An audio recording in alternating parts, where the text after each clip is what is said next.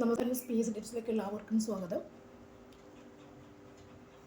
ഇന്നത്തെ question paper എന്ന് പറയുന്നത് 2025 കേരള PSCയുടെ പരീക്ഷയായ അസിസ്റ്റൻ്റ് ഗ്രേഡ് 2 ജൂനിയർ അസിസ്റ്റൻ്റ് തസ്തികയിലേക്ക് നടന്നിട്ടുള്ള എക്സാമിൻ്റെ ഫൈനൽ ആൻസർ കീ പ്രകാരമാണ് നമ്മൾ ചോദ്യങ്ങളും ഉത്തരങ്ങളും പറയുന്നത്. ഇവിടെ ഇതിൻ്റെ കൂടെ തന്നെ 72/25 എന്ന് പറയുന്ന ഗ്രാജുവേറ്റ് ഡിഗ്രി ലെവൽ പ്രിലിംസിൻ്റെ ചോദ്യങ്ങൾ കൂടി 50 ചോദ്യങ്ങൾ കൂടി നമ്മളിവിടെ ഉൾപ്പെടുത്തുന്നുണ്ട്.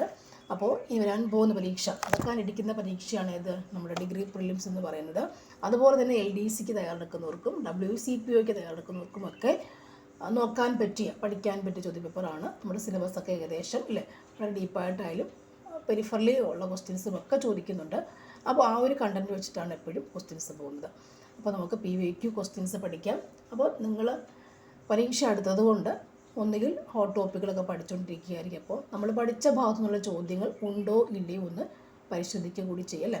ഒരു ക്വസ്റ്റ്യൻ പേപ്പർ ഫുള്ള് കിട്ടുമ്പോൾ നമുക്ക് നമ്മൾ പഠിച്ച ഭാഗങ്ങൾ ഉണ്ടോ എന്നറിയാൻ പറ്റും. ഇല്ല എങ്കിൽ ആ ഒരു ക്വസ്റ്റ്യൻ വരുമ്പോൾ ഒരു ക്വസ്റ്റ്യൻ ആൻസർ നമുക്ക് അറിയില്ല, അത് എവിടെ നിന്നാണെന്ന് പോലും അറിയില്ല എങ്കിൽ അത് വരുന്ന ഭാഗം നമുക്ക് റാങ്ക് ഫയലോ നോട്ടുകളോ എടുത്ത് വെച്ചിട്ട് പഠിച്ച് ഒന്നുകൂടി നമ്മുടെ വിജയം ഉറപ്പാക്കാൻ സാധിക്കുന്നതാണ്. അപ്പോൾ നമുക്ക് ക്വസ്റ്റ്യൻസിലേക്ക് നോക്കാം. ഒന്നാമത്തെ ചോദ്യം, ശ്രീ ചിത്തിര തിരുനാൾ ക്ഷേത്രപ്രവേശന വിളംബരം പുറപ്പെടുവിച്ച തീയതി എന്നാണ്. ആൻസർ ഓപ്ഷൻ ബി ആണ്, നവംബർ 12, 1936. നവംബർ 12, 1936. നെക്സ്റ്റ് ചോദ്യം, കേരളത്തിൻ്റെ പൊതുമണ്ഡലത്തിൽ പാർശ്വവൽക്കരിക്കപ്പെട്ടിരിക്കുന്ന ഈഴവ ജനതയെ പ്രതിനിധീകരിച്ച് ആരംഭിച്ച കേരള കൗമുദി പത്രത്തിൻ്റെ സ്ഥാപകൻ ആരാണ്? സിമ്പിളായി പറഞ്ഞാൽ കേരള കൗമുദി പത്രത്തിൻ്റെ സ്ഥാപകൻ ആരാണ്? നമ്മുടെ ആൻസർ എന്താണ്? CV കുഞ്ഞിരാമൻ. CV കുഞ്ഞിരാമൻ. അപ്പോൾ കേരള കൗമുദി എന്ന് പറയുന്ന പത്രത്തിന് വേണ്ടി കൊടുത്തിരിക്കുന്ന വിശദീകരണം എന്തായിരുന്നു എന്നോട് നോക്കാം. കേരളത്തിൻ്റെ പൊതുമണ്ഡലത്തിൽ പൊതുമേഖലയിൽ പൊതുവെ ജനസമുദായത്തിൽ പാർശ്വവൽക്കരിക്കപ്പെട്ടിരിക്കുന്ന എന്ന് വെച്ചാൽ സൈഡാക്കപ്പെട്ടിരിക്കുന്ന അല്ലേ, സൈഡിലേക്ക് മാറ്റി നിർത്തപ്പെട്ടിരിക്കുന്ന ഈഴവ ജനതയെ പ്രതിനിധീകരിച്ച് ഉണ്ടാക്കിയ അല്ലെങ്കിൽ ആരംഭിച്ച പത്രമായിരുന്നു ഏത്? കേരള കൗമുദി. ഈഴവ ജനതയ്ക്ക് വേണ്ടി അവരുടെ അവകാശങ്ങൾക്ക് വേണ്ടി അവരുടെ കാര്യങ്ങളെക്കുറിച്ചൊക്കെ പറയുന്ന ഒരു പത്രമാണ് ശരിക്കും കേരള കൗമുദി. ആ പത്രത്തിൻ്റെ സ്ഥാപകൻ ആരാണ്? CV കുഞ്ഞിരാമനാണ്. CV കുഞ്ഞിരാമൻ. അപ്പോൾ കേരള കൗമുദി പത്രത്തിൻ്റെ സ്ഥാപകൻ ആരാണ്? CV കുഞ്ഞിരാമൻ. ക്ഷേത്രപ്രവേശന വിളംബരം നമുക്കറിയാവുന്ന ഡേറ്റ് നവംബർ 12, 1936. ഓക്കെ, ഇതിൻ്റെ കൂടെ ഞാൻ ഇംഗ്ലീഷ് ക്വസ്റ്റ്യൻസ് വരുമ്പോൾ അതും കൂടി വിടാം, അത് കട്ട് ചെയ്യാതെ അതുകൂടെ ഇംഗ്ലീഷ് കണ്ടവർക്ക് അതും കൂടി കണ്ടു വേണമെങ്കിൽ പോകാം. നെക്സ്റ്റ് ചോദ്യം, താഴെ പറയുന്ന പ്രസ്താവനകളിൽ 1957 കലാപത്തിൻ്റെ പരിണിത ഫലം അല്ലാത്തത് ഏതാണ്? നമ്മുടെ ഇവിടുത്തെ ആൻസർ എന്താണ്? ഓപ്ഷൻ C ആണ് ആൻസർ. കമ്പനി ചാർട്ടർ 20 വർഷത്തേക്ക് പുതുക്കപ്പെട്ടു. C ആണ് നമുക്ക് പരിണിത ഫലം അല്ലാത്തത് അല്ലേ. നമ്മൾ സാധാരണ പഠിക്കുമ്പോൾ 1957 യുദ്ധം പൊട്ടിപ്പുറപ്പെട്ട മിരട്ടൽ വെച്ചായിരുന്നു. അതേപോലെ തന്നെ 1957 യുദ്ധത്തിന് ഇന്ത്യയുടെ ഒന്നാം സ്വാതന്ത്ര്യ സമരം എന്ന് പറയുന്നുണ്ട്. അതുപോലെ നമ്മൾ യുദ്ധങ്ങൾ നാനാ സാഹിബിൻ്റെ കാൺപൂർ വെച്ച് അല്ലേ, അങ്ങനെ ഝാൻസിയുടെ രണ്ടാം ഡൽഹി, അങ്ങനെ കുറേ നമ്മൾ കണക്ട് ചെയ്ത് കുറേ പഠിക്കാറുണ്ട്. അപ്പോൾ അതൊക്കെ എപ്പോഴും ചോദിക്കുക. അപ്പോൾ ഇതൊരു വെറൈറ്റി ചോദ്യം അല്ലേ. അപ്പോൾ എന്ത് പഠിക്കണം? 1957 കലാപത്തിൻ്റെ പരിണിത ഫലങ്ങളെക്കുറിച്ചില്ല, അത് കഴിഞ്ഞുള്ള ഫലങ്ങളെക്കുറിച്ചും കൂടി ഒന്ന് പഠിക്കണം എന്നാണ് PSCയുടെ ഈ ചോദ്യം നമ്മളെ ഓർമ്മിപ്പിക്കുന്നത്. ഓക്കെ അല്ലേ. അപ്പോൾ പരിണിത ഫലം എന്താണെന്ന് നമുക്ക് കൂടി നോക്കാം. അതായത് ഒന്നാമത്തത്, ഗവർണർ ജനറൽ തുടർന്ന് എന്തായിട്ട് മാറി? വൈസ്രോയി ഓഫ് ഇന്ത്യ എന്നറിയപ്പെട്ടു. കലാപം ഈസ്റ്റ് ഇന്ത്യ കമ്പനി ഭരണത്തിന് വിരാമിട്ടു. ഈസ്റ്റ് ഇന്ത്യ കമ്പനി ഭരണം അവസാനിച്ചു. പിന്നെയോ secretary of state for India എന്ന പദവി ഉണ്ടാക്കപ്പെട്ടു. Secretary of state for India എന്ന പദവി സൃഷ്ടിക്കപ്പെട്ടു. എന്തിനു ശേഷം? 1957 യുദ്ധത്തിന് ശേഷം. നെക്സ്റ്റ് ചോദ്യം, താഴെ തന്നിരിക്കുന്നവയിൽ ഇന്ത്യയുടെ വിദേശ നയതത്വങ്ങളിൽ ഉൾപ്പെടാത്തത് ഏതൊക്കെയാണ്? ആൻസർ ഇതാണ്, ഓപ്ഷൻ D ആണ്. മറ്റു രാജ്യങ്ങളുടെ ആഭ്യന്തര കാര്യങ്ങളിലുള്ള ഇടപെടലും പരിഹരിക്കലും അത് നമുക്ക് വേണ്ട അല്ലേ. അപ്പോൾ എന്താണെന്ന് നമുക്കറിയാം. ഇവിടെ നമ്മൾ ഇന്ത്യയുടെ വിദേശ നയതത്വങ്ങൾ ഏതൊക്കെയാണ് പറഞ്ഞേക്കുന്നത്? ചേരിചേരാ നയം, സമാധാനപരമായ സഹവർത്തിത്വം, അന്തർദേശീയ സമാധാനം ഊട്ടിയുറപ്പിക്കുക. ഇത് മൂന്നും എന്താണ്? ഇന്ത്യയുടെ വിദേശ നയതത്വങ്ങൾ പെടുന്നവയാണ്. ഓക്കെ, അടുത്ത ചോദ്യം, ഫ്രഞ്ച് വിപ്ലവത്തിൻ്റെ ഫലങ്ങളിൽ ഉൾപ്പെടാത്ത താഴെ തന്നിരിക്കുന്ന പ്രസ്താവന ഏതാണ്? പ്രസ്താവന എല്ലാം വായിച്ച് നോക്കണം. നമ്മൾ ഇവിടുത്തെ ആൻസർ ശരിക്കും എന്താണ്? ഓപ്ഷൻ B ആണ്. ഓക്കെ, ഉൾപ്പെടാത്തതാണ് ഓപ്ഷൻ ബി. അപ്പോൾ ഫ്രഞ്ച് വിപ്ലവം വരെ ഒന്ന് വായിച്ചു നോക്കിയേക്കാം. അതായത് ബാർബോൺ രാജാക്കന്മാരുടെ സ്വേച്ഛാധിപത്യ ഭരണത്തിന് അവസാനം കുറിച്ചു. ബാർബോൺ രാജാക്കന്മാരുടെ സ്വേച്ഛാധിപത്യ ഭരണത്തിന് അവസാനം കുറിച്ചു. ഓക്കെ. ഇനി പള്ളികളുടെ അധിശത്വത്തിന് കുറവുണ്ടായി. അതുപോലെ മനുഷ്യാവകാശ പ്രഖ്യാപനം വന്നു. ഓക്കെ. നെക്സ്റ്റ് ചോദ്യം. നിർദ്ദിഷ്ട ആഴക്കടൽ തുറമുഖമായ വാധ്വാൻ ഏത് സംസ്ഥാനത്താണ്? Answer option A Maharashtra. Vadhavan Maharashtra. Vadhavan Maharashtra. Okay. Vadhavan Maharashtra. അടുത്ത ചോദ്യം. ഭൂമിയുടെ മാൻറ്റിൽ കോർ അതിർത്തിയെ വേർതിരിക്കുന്ന സംക്രമണ മേഖല ഏതാണ്? ആൻസർ ഓപ്ഷൻ ഡി ഗുട്ടൻബർഗ് വിച്ഛിന്നത. ഗുട്ടൻബർഗ് വിച്ഛിന്നത. ഗുട്ടൻബർഗ് വിച്ഛിന്നത. ഓക്കെ. മാൻറ്റിൽ കോർ ഭൂവൽക്കം മാൻറ്റിൽ കോർ എന്നിങ്ങനെ മേഖലകളുണ്ട്. അതിനകത്ത് മാൻറ്റിൽ കോർ ഗുട്ടൻബർഗ് വിച്ഛിന്നത അല്ലേ? തൊട്ടുമേൽ നമുക്കറിയാറുണ്ട് ഇവിടെ മൊഹർനോവിസില്ലേ ഉണ്ട്, നോക്കി വെച്ചാൽ കേട്ടോ. തൊട്ട് ഭൂവൽക്കവും മാൻറ്റിലും ഇടയ്ക്കുള്ള സംഭവമാണത്. ഇവിടെ ചോദ്യം എന്താണ്? മാൻറ്റിൽ കോർ ആണെന്ത്? ഗുട്ടൻബർഗ് വിച്ഛിന്നത. ഒന്ന് എഴുതി വെക്കും കേട്ടോ. മാൻറ്റിൽ കോർ ഒരു ആരോ മാർക്കോ ഹൈഫൻ കൊടുത്തത് കാരണം ഗുട്ടൻബർഗ് വിച്ഛിന്നത. നമ്മൾ വിവേക്ക് പഠിക്കുമ്പോൾ എന്താ പറയുക, എക്സാമിനും കൊണ്ട് പോകും, തലേദിവസമൊക്കെ റിവിഷൻ ചെയ്യുമ്പോഴും ഇതൊക്കെ നോക്കി നോക്കി നോക്കി നോക്കി ഇങ്ങനെ ടിക്ക് ചെയ്ത് പോകണം. നെക്സ്റ്റ് ചോദ്യം. ഒരു പ്രദേശത്തിൻ്റെ ആപേക്ഷിക ആർദ്രത അളക്കാൻ ഏറ്റവും സാധാരണയായി ഉപയോഗിക്കുന്ന ഉപകരണത്തിൻ്റെ നാമം എന്താണ്? Answer option B hygrometer. Hygrometer. Next ചോദ്യം. താഴെ പറയുന്നവയിൽ ക്രോഷിയോ സമുദ്രജല പ്രവാഹത്തെക്കുറിച്ചുള്ള ശരിയായ പ്രസ്താവനകൾ ഏതെല്ലാം? ശരിയായ പ്രസ്താവന ഓപ്ഷൻ എ ആണ്. 2ഉം 3ഉമാണ് ശരിയായ പ്രസ്താവന. അതായത് 2ഉം 3ഉം ജപ്പാന്റെ കിഴക്കൻ തീരപ്രദേശത്തുകൂടി ഒഴുകുന്ന ഒരു ഉഷ്ണജല സമുദ്രപ്രവാഹമാണെന്ത്? കുറോഷിയോ. ഇത് ബ്ലാക്ക് കറണ്ട് എന്ന പേരിൽ അറിയപ്പെടുന്നു. ബ്ലാക്ക് കറണ്ട്, കുറോഷിയോ കറുപ്പ്. ബ്ലാക്ക് കറണ്ട്, കുറോഷിയോ കറുപ്പ്. ഓക്കെ. നെക്സ്റ്റ് ചോദ്യം. ഭൂമിശാസ്ത്രപരമായ ഒരു വസ്തുവിൻ്റെ സ്വഭാവവും സവിശേഷതകളും സൂചിപ്പിക്കുന്ന ഡേറ്റയുടെ പേര് ജോഗ്രഫിയാണ്. ഡേറ്റയുടെ പേരെന്താണ്? Answer non spatial data. Non spatial data. ഭൂമിശാസ്ത്രപരമായ ഒരു വസ്തുവിൻ്റെ സ്വഭാവവും സവിശേഷതകളും സൂചിപ്പിക്കുന്ന ഡേറ്റയാണ് നോൺ സ്പെഷ്യൽ ഡേറ്റ. സ്വഭാവവും സവിശേഷതയും. Non spatial data. Non spatial data. Next ചോദ്യം. വടക്ക് പടിഞ്ഞാറുള്ള സത്ലജ് നദീതടം മുതൽ തെക്ക് കിഴക്കുള്ള യമുന നദീതടം വരെ വ്യാപിച്ചു കിടക്കുന്ന ഉത്തര ഭാരതത്തിലെ സമതലം എന്ത് പേരിലാണ് അറിയപ്പെടുന്നത്? Answer option C Punjab Haryana സമതലം. പഞ്ചാബ് ഹരിയാന സമതലം. പഞ്ചാബ് ഹരിയാന സമതലം. സത്ലജ് നദീതടം മുതൽ യമുന നദീതടം വരെയുള്ള സമതലമാണെന്ത്? പഞ്ചാബ് ഹരിയാന സമതലം. നെക്സ്റ്റ് ചോദ്യം. 2024 നവംബർ 18, 19 തീയതികളിൽ G20 ഉച്ചകോടിക്ക് ആതിഥേയത്വം വഹിച്ച നഗരം ഏതാണ്? Answer Rio de Janeiro, Brazil. Rio de Janeiro, Brazil. G20 ഉച്ചകോടി Rio de Janeiro, Brazil. G20 24 അല്ലേ? അതെന്നാണ്? Rio de Janeiro, Brazil. Rio de Janeiro, Brazil. അറിയാവുന്നതായിരിക്കുമല്ലോ. അടുത്ത ചോദ്യം. ഇന്ത്യ ഗവൺമെൻറ്റിൻ്റെ അവസാന പഞ്ചവത്സര പദ്ധതിയുടെ വിശാലമായ കാഴ്ചപ്പാട് താഴെ പറയുന്നവയിൽ ഏതാണ്? ആൻസർ ഞാൻ പറയാം. ഓപ്ഷൻ എ ആണ്.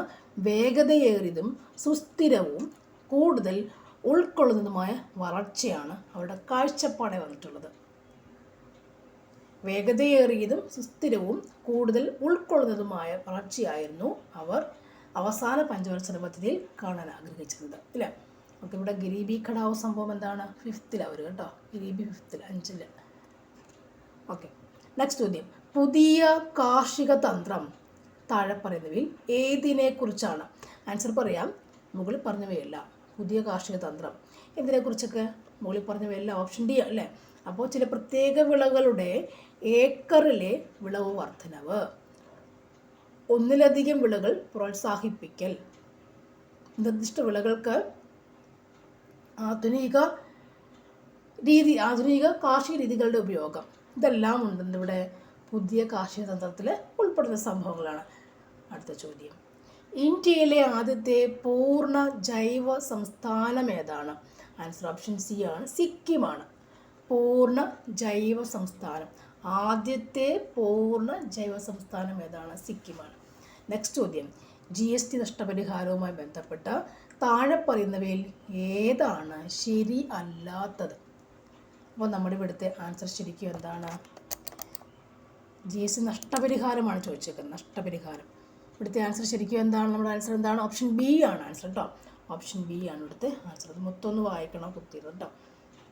ശരിയല്ലാത്തത് ഓപ്ഷൻ ബി. ബാക്കി ഒന്നാമത്തത് 2, 3 ഉണ്ടോ? ഈ 2 ഫാക്ട് നമ്മൾ വായിച്ച് വെക്കണം. GST നഷ്ടപരിഹാരമാണ്. നെക്സ്റ്റ് ചോദ്യം, 1991 ജൂലൈ മുതൽ പുതിയ സാമ്പത്തിക നയത്തിന് കീഴിലുള്ള പ്രധാന നയം എപ്പോഴാണ് പ്രാബല്യത്തിൽ വന്നത്? അല്ലേ, ക്വസ്റ്റ്യൻ തന്നെ ക്ലാരിറ്റി കുറച്ചുണ്ട്. ഇവിടെ ഉത്തരം ശരിക്കും എന്താണ് ഇവിടുത്തെ ഉത്തരം എന്ന് പറയുമ്പോൾ ആൻസർ ഓപ്ഷൻ സി ആണ്. സ്ഥിര നയവും ഘടനാപരമായ പരിഷ്കരണ നയവുമാണ് പ്രാബല്യത്തിൽ വന്നത്. അല്ലേ, എപ്പോഴും ഒന്ന് ചോദിച്ചു കഴിഞ്ഞാൽ ഇപ്പോൾ വന്നു അവിടെ 1991 ജൂലൈ മുതൽ പുത്തൻ സാമ്പത്തിക നയം നമുക്ക് വന്നിട്ടുണ്ടല്ലോ. ആ സമയത്താണ് 91 സംഭവിക്കുക, പുത്തൻ സാമ്പത്തിക നയം ഉണ്ടായിട്ടുള്ളത്. അപ്പോൾ അതിന് കീഴിലുള്ള അതിന് ശരിക്കും എന്ത്? സ്ഥിര നയവും അതുപോലെ ഘടനാപരമായ പരിഷ്കരണ നയവും. ചോദ്യത്തിൽ കുറച്ച് നമ്മൾ വായിക്കുമ്പോൾ എന്ത് പ്രശ്നം വരുന്നുണ്ടല്ലേ. അപ്പോൾ നോക്കുന്നത് വായിക്കാം. 1991 ജൂലൈ മുതൽ പുതിയ സാമ്പത്തിക നയത്തിന് കീഴിലുള്ള പ്രധാന നയം എപ്പോൾ പ്രാബല്യത്തിൽ വന്നു? എപ്പോഴാണോ സ്ഥിര നയവും ഘടനാപരമായ പരിഷ്കരണ നയവും വന്നത്, അപ്പോഴാണ് എന്ത് വന്നത്? പുതിയ സാമ്പത്തിക നയത്തിന് കീഴിലുള്ള പ്രധാന നയങ്ങൾ വന്നിട്ടുള്ളത്.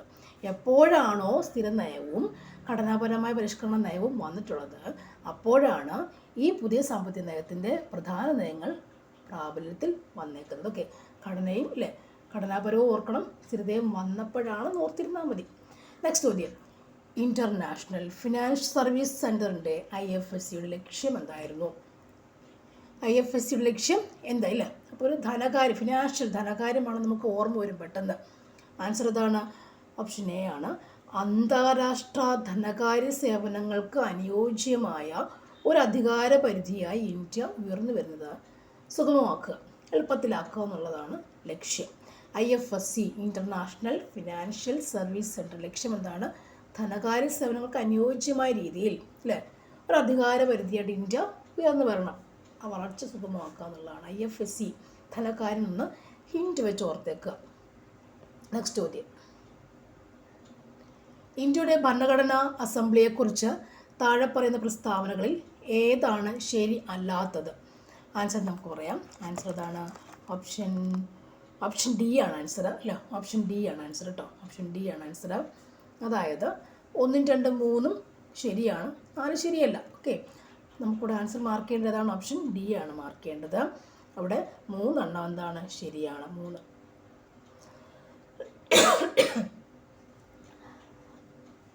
നാലാമത്തത് ശരിയല്ല, 1. ഓക്കെ, നെക്സ്റ്റ് വൺ, ഇന്ത്യയുടെ 16ാം ധനകാര്യ കമ്മീഷൻ്റെ അധ്യക്ഷൻ ആരാണ്? ആൻസർ ഓപ്ഷൻ എ ആണ്, ഡോക്ടർ അരവിന്ദ് പനഗരിയ. നെക്സ്റ്റ് ചോദ്യം, മിനി ഭരണഘടന എന്ന നിലയിൽ ഇന്ത്യൻ ഭരണഘടനയിലെ ഭേദഗതികളിൽ ഏതാണ് മിനി കോൺസ്റ്റിറ്റ്യൂഷൻ? അല്ലേ, ശരിക്കും ഏതാണത്? ആൻസർ ഓപ്ഷൻ ഡി ആണ്, രണ്ടാമത്തതാണ്. അല്ല, ഓപ്ഷൻ ഡി ആണ് കേട്ടോ. ഒരു മിനിറ്റ് സോറി, ഓപ്ഷൻ ഡി ആണ്. അതായത് 42 അല്ലേ, 42nd അമെൻമെൻറ്റ് എന്നാണ് ശരിക്കും നമ്മുടെ മിനി കോൺസ്റ്റിറ്റ്യൂഷൻ എന്ന് പറയുന്ന സംഭവം. ഓക്കെ, അറിയാമത് ഭരണഘടന പഠിക്കാനുണ്ട് അല്ലേ, 86, 42 ഒക്കെ പഠിക്കാനുണ്ട്, ഇതൊക്കെ പഠിച്ചു വെക്കണം. നെക്സ്റ്റ് ചോദ്യം, താഴെ പറയുന്ന കേസുകളിൽ ഏത് കേസാണ് ഇന്ത്യയുടെ സുപ്രീം കോടതി അടിസ്ഥാന ഘടനാ സിദ്ധാന്തത്തെക്കുറിച്ച് വിധിച്ചിട്ടുള്ളത്? ആൻസർ ഓപ്ഷൻ ഡി ആണ്, കേശവാനന്ദ ഭാരതി കേസ്. സുപ്രീം കോടതി അടിസ്ഥാന ഘടനാ സിദ്ധാന്തം, കേശവാനന്ദ ഭാരതി കേസ്. അടുത്ത ചോദ്യം, ഏത് ഭരണഘടനയാണ് ഇന്ത്യ സംസ്ഥാന നയത്തിൻ്റെ മൗലികാവകാശങ്ങളും നിർദ്ദേശ തത്വങ്ങളും അംഗീകരിച്ചത്? ചോദ്യം ഒന്നുകൂടി വായിക്കാം. ഏത് ഭരണഘടനയാണ് ഇന്ത്യ സംസ്ഥാന നയത്തിൻ്റെ മൗലിക അവകാശം ആൻഡ് നിർദ്ദേശ തത്വങ്ങൾ അംഗീകരിച്ചിട്ടുള്ളത്? എവിടുന്നാണ്? ആൻസർ ഓപ്ഷൻ എ ആണ് അല്ലേ, അമേരിക്കയും ഐറിഷും. ഐറിഷ് എന്ന് പറയുമ്പോൾ അയർലൻഡ്, നിർദ്ദേശ തത്വങ്ങൾ അയർലൻഡാണ് അല്ലേ, മൗലിക അവകാശങ്ങൾ അമേരിക്കയാണ്, നിർദ്ദേശകം അയർലൻഡുമാണ്. ഓക്കെ, നെക്സ്റ്റ് ചോദ്യം. സംസ്ഥാന നയത്തിൻ്റെ നിർദ്ദേശ തത്വങ്ങളെ ഇന്ത്യൻ ഭരണഘടനയുടെ നോവൽ ഫീച്ചർ എന്ന് വിശേഷിപ്പിച്ചതാരാണ്? നോവൽ ഫീച്ചർ എന്ന് വിശേഷിപ്പിച്ചതാരാണ്? Answer doctor B R Ambedkar. Doctor B R Ambedkar, novel feature doctor B R Ambedkar. അദ്ദേഹം 32 പറഞ്ഞൊക്കെ എന്താണ്? ആമുഖം, ഹൃദയവും താക്കോല് പറഞ്ഞിട്ടുണ്ട്. ഹൃദയം, ആത്മാവും ഹൃദയവും 32 പറഞ്ഞിട്ടില്ല അദ്ദേഹം, 32 ഉണ്ടല്ലോ, അതുണ്ട്. പക്ഷെ ഇവിടെ ഇപ്പോൾ എന്താ നിർദ്ദേശ തത്വങ്ങൾ പറഞ്ഞേക്കുന്ന സംഭവമാണ് എന്താ? നോവൽ ഫീച്ചർ കേട്ടോ, നോവൽ ഫീച്ചർ. നെക്സ്റ്റ്, പൗരത്വത്തെക്കുറിച്ചുള്ള താഴെ പറഞ്ഞ പ്രസ്താവനകളിൽ ശരി ഏതാണ്? ആൻസർ ഓപ്ഷൻ സി ആണ്, രണ്ടാമത്തെ ശരിയാണ്. അതായത് ലോകസഭയിലേക്കും സംസ്ഥാന നിയമസഭയിലേക്കുമുള്ള തിരഞ്ഞെടുപ്പുകളിൽ വോട്ടവകാശം ഇന്ത്യൻ പൗരന്മാർക്ക് മാത്രമേ ഭരണഘടന നൽകുന്നുള്ളൂ. വിദേശികൾക്ക് ഈ അവസരം നിഷേധിക്കുന്നു. പൗരത്വം എന്ന് പറയുമ്പോൾ ശരിക്കുള്ള സംഭവം എന്താണ്? നമുക്ക് വോട്ടവകാശം ഇന്ത്യൻ പൗരന്മാർക്ക് മാത്രമേ ഉള്ളൂ, വിദേശികൾക്കില്ല അല്ലേ. പൗരത്വം എന്ന് പറയുമ്പോൾ വിദേശികൾക്ക് പൗരത്വം ഇവിടെ ആർജിക്കാൻ പറ്റുന്നുണ്ട്, പക്ഷെ അവർക്ക് എന്തില്ല? വോട്ട് ഇല്ല എന്നുള്ളത് മനസ്സിലാക്കി വെച്ചേക്കുക. നെക്സ്റ്റ് ചോദ്യം. സംസ്ഥാനമോ മറ്റേതെങ്കിലുമോ അതോറിറ്റിയോ നിയമവിരുദ്ധമായി തടങ്കലിൽ വെച്ചിരിക്കുന്ന ഒരാളെ കോടതിയിൽ ഹാജരാക്കാൻ സുപ്രീം കോടതിയോ ഹൈക്കോടതിയോ പുറപ്പെടുവിക്കുന്ന ഒരു ഉത്തരവാണ് എന്ത്? Answer habeas corpus. തടങ്കലിൽ ഹേബിയസ് കോർപ്പസ് അല്ലേ, ശരീരം ഹാജരാക്കുക, ബോഡി ഹാജരാക്കുക, ഹേബിയസ് കോർപ്പസ്. നെക്സ്റ്റ് ചോദ്യം. കേരളത്തിലെ തദ്ദേശ സ്വയംഭരണ സ്ഥാപനങ്ങളുടെ പ്രവർത്തനം നിരീക്ഷിക്കുന്നതിനുള്ള ഒരു സ്ഥാപനമാണ് ഏത്? പ്രവർത്തനം നിരീക്ഷിക്കുവാനുള്ള ഒരു സ്ഥാപനം ഏതാണ്? അതാണ് ഓംബുഡ്സ്മാൻ. സംസ്ഥാനത്തിനകത്തും പുറത്തുമുള്ള തൊഴിലന്വേഷകർക്ക് വിദേശ രാജ്യങ്ങളിൽ കൂടുതൽ തൊഴിലവസരങ്ങൾ സൃഷ്ടിക്കുന്നതിന് വേണ്ടി കേരള സർക്കാർ താഴെ പറയുന്നവയിൽ ഏതാണ് ഏർപ്പെടുത്തുന്നത്? ആൻസർ ഓപ്ഷൻ ബി ആണ്, ഒന്നാമത്തത് ODEPC, overseas development and employment promotion consultant. ODEPC limited. Okay, തൊഴിലിന് വേണ്ടിയുള്ള സംഭവം ഓർത്തിരിക്കാം. മഹാത്മാഗാന്ധി ദേശീയ ഗ്രാമീണ തൊഴിലുറപ്പ് പദ്ധതി കേരളത്തിൽ പൂർണ്ണമായി നടപ്പിലാക്കിയ വർഷം ഏതാണ്? ആൻസർ ഓപ്ഷൻ സി ആണ്, 1/4/2008. 1/4/2008 അല്ലേ, ഏപ്രിൽ മാസം 1-ാം തീയതി 2008 മഹാത്മാഗാന്ധി ദേശീയ ഗ്രാമീണ തൊഴിലുറപ്പ് പദ്ധതി പൂർണ്ണമായും നടപ്പിലാക്കുന്നത്. 4/1 അല്ലേ, ഏപ്രിൽ മാസം 1, 2008. 4ൻ്റെ ഇരട്ടി 8, അങ്ങനെയും പഠിക്കാം. ഏപ്രിലാണ് പഠിച്ചാൽ 8 കിട്ടും. ഓക്കെ, 1/4/2008.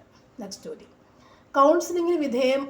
കൗൺസിലിംഗ് നിയമസഹായത്തിലൂടെയും പോലീസ് സഹായത്തിലൂടെയും അവരുടെ വിവിധ പ്രശ്നങ്ങൾ പരിഹരിക്കുന്ന ലക്ഷ്യത്തോടുകൂടി 2021 ഫെബ്രുവരിയിൽ ആരംഭിച്ച വനിതാ ശിശുക്ഷേമ വകുപ്പിൻ്റെ ഓൺലൈൻ കൺസൾട്ടേഷൻ പരിപാടി കൗൺസിലിംഗ് പരിപാടിയാണെന്ന് വെറുതെ ഓർക്കല്ലേ. ആൻസർ ശരിക്കും എന്താണ്? ഓപ്ഷൻ സി, കാതോർത്തല്ലേ. നമ്മൾ കൗൺസിലിംഗ് കേൾക്കുകയല്ലേ ചെയ്യില്ലേ, കാതോർത്ത് കേൾക്കുക, എങ്കിൽ നമുക്ക് മനസ്സിലാവുള്ളൂ. അത് ഓർത്താൽ കൗൺസിലിംഗ് കാതോർത്ത് കേട്ടു. ഓക്കെ, നെക്സ്റ്റ് ചോദ്യം. തദ്ദേശ സ്വയംഭരണ സ്ഥാപനങ്ങളുടെ വാർഷിക വികേന്ദ്രീകൃത പദ്ധതികളുടെ രൂപീകരണത്തിനും നിരീക്ഷണത്തിനുമായി കേരള സർക്കാർ വകുപ്പിനായുള്ള ഇൻഫർമേഷൻ കേരള മിഷൻ വികസിപ്പിച്ചെടുത്ത പദ്ധതി നിരീക്ഷണ സോഫ്റ്റ്വെയർ ഏതാണ്? വികേന്ദ്രീകൃത പദ്ധതി സോഫ്റ്റ്വെയർ ഏതാണ്? ആൻസർ ഓപ്ഷൻ എ ആണ്, സുലേഖ. ലേഖിച്ചോളൂ അല്ലേ, ലേഖനം എഴുതാം. സുലേഖ. വികേന്ദ്രീയ പദ്ധതിയെക്കുറിച്ച് നമുക്ക് ലേഖനം എഴുതാം, സുലേഖ. നെക്സ്റ്റ്, കേരള സംസ്ഥാന ദുരന്ത നിവാരണ അതോറിറ്റിയുടെ ഇപ്പോഴത്തെ ചെയർമാൻ ആരാണ്? ആൻസർ ഓപ്ഷൻ ബി ആണ്, നമ്മുടെ മുഖ്യമന്ത്രി ശ്രീ പിണറായി വിജയൻ അല്ലേ, എപ്പോഴും മുഖ്യമന്ത്രിയായിരിക്കും ശ്രീ പിണറായി വിജയൻ. നെക്സ്റ്റ് ചോദ്യം. അപ്പോൾ സയൻസിൻ്റെ കുറച്ച് ഭാഗം സ്കിപ്പ് ചെയ്തു, കാരണം നമുക്കിപ്പോൾ ഡിഗ്രി പ്രിലിംസിന് ബയോളജി കെമിസ്ട്രി ഭാഗമില്ലാത്തതുകൊണ്ട്. ഓക്കെ, നെക്സ്റ്റ് ചോദ്യം. വിരമിക്കുന്നതിന് മുൻപ് വിരാട് കോഹ്ലി ടെസ്റ്റ് ക്രിക്കറ്റിൽ എത്ര റൺസ് നേടി? ആൻസർ ഓപ്ഷൻ ബി ആണ് 9230 അല്ലേ, 9230 റൺസ്. Okay, next. ഇന്തോനേഷ്യയിൽ വികസിപ്പിച്ചുകൊണ്ടിരിക്കുന്ന പുതിയ തലസ്ഥാന നഗരത്തിൻ്റെ പേരെന്താണ്? ആൻസർ ഓപ്ഷൻ സി ആണ് നുസന്താര അല്ലേ, സുതാര എന്നൊക്കെ ഞാൻ വായിച്ചതിനിപ്പോൾ. നുസന്താര, സന്താര കേട്ടോ, തെലങ്കാന പോലെ ഇന്തോനേഷ്യ ഓർക്കാമല്ലോ. നുസന്താര, ഇന്തോനേഷ്യയിലാണ് തലസ്ഥാനം നുസന്താര. അപ്പോൾ ഓർക്കാൻ പറ്റുമല്ലോ, കുറച്ചൊരു ഇതുണ്ടല്ലേ. നെക്സ്റ്റ് ചോദ്യം. ഈയിടെ വാർത്തകളിൽ വന്ന ബുദ്ധമത കലാരൂപം സോറെന്ന് വിളിക്കപ്പെടുന്ന ഒരു നിശ്ചിത ഗ്രിഡ് ഉപയോഗിച്ചാണ് നിർമ്മിച്ചിരിക്കുന്നത്. അവിടെ ഡ്രോയിങ് കളറും ഒരു മാറ്റവുമില്ലാതെ ലിഖിത നിയമങ്ങൾ പാലിക്കണം.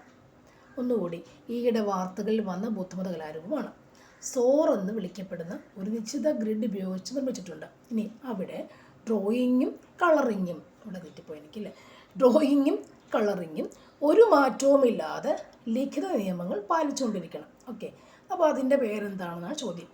ആൻസർ നിങ്ങൾക്കറിയാമല്ലോ, ഓപ്ഷൻ ബി ആണ് തങ്കം. ഓപ്ഷൻ ബി ആണ് തങ്കം.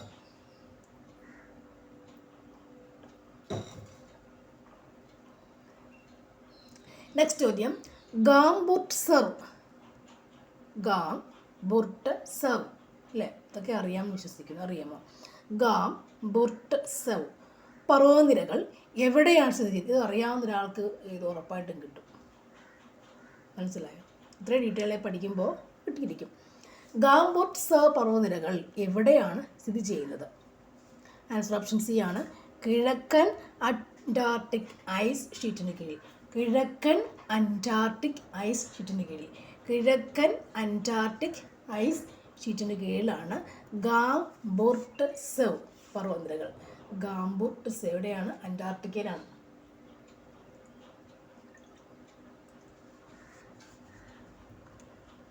അടുത്ത ക്വസ്റ്റ്യൻ. അപ്പോൾ അടുത്ത 72-25 ഡിഗ്രി പ്രിലിംസിൻ്റെ ചോദ്യങ്ങളാണ് കേട്ടോ നോക്കുന്നത്. അപ്പോൾ ബാക്കിയുള്ള മറ്റ് ക്വസ്റ്റ്യൻസിനകത്തുള്ള ഇംഗ്ലീഷും മലയാളവും കൂടി മറ്റൊരു വീഡിയോയിലാക്കി ഞാൻ തൊട്ട് പറയുന്നതായിരിക്കും കേട്ടോ. അപ്പോൾ ഇത് കണ്ടവരൊക്കെ തന്നെ അടുത്തത് പോയി കാണുക, ഒരു കോർഡിനേഷൻ കിട്ടുന്നതായിരിക്കും, എങ്ങനെയാണ് ചോദ്യങ്ങൾ ഒന്നിച്ച് വരിക. ഓക്കെ, അപ്പോൾ ഇതിനകത്ത് ഈ GK പാർട്ട് മാത്രം നമുക്ക് ഒന്നിച്ചങ്ങ് പോയേക്കാം. അപ്പോൾ കറക്റ്റ് ക്വസ്റ്റ്യൻസ് വന്നു അല്ലേ. തന്നിരിക്കുന്നവയിൽ കേരള പോർച്ചുഗീസ് ബന്ധങ്ങളെ സംബന്ധിച്ചുള്ള ശരിയായ പ്രസ്താവനകൾ ഏതെല്ലാം? ഇവിടുത്തെ ആൻസർ എന്താണ്? ഓപ്ഷൻ ഡി ആണ് ആൻസർ. എല്ലാ പ്രസ്താവനയും ശരിയാണ്, ഉണ്ടെന്ന് വായിച്ചല്ലേ. അതായത് കേരള പോർച്ചുഗീസ് ബന്ധങ്ങളെക്കുറിച്ചല്ലേ, പോർച്ചുഗീസുകാരെ കുറിച്ച് പഠിച്ച് തീരുന്നുണ്ടോ? ഇല്ല. അപ്പോൾ എന്തൊക്കെ പഠിക്കാൻ നോക്കിയേ. 1498 അല്ലേ, 1498 മറക്കില്ല. 1498 മെയ് മാസത്തിൽ വാസ്കോഡ ഗാമ കോഴിക്കോടെത്തി. 1498 മെയ് മാസത്തിൽ വാസ്കോഡ ഗാമ കോഴിക്കോടെത്തി, അറിയാമായിരുന്നു.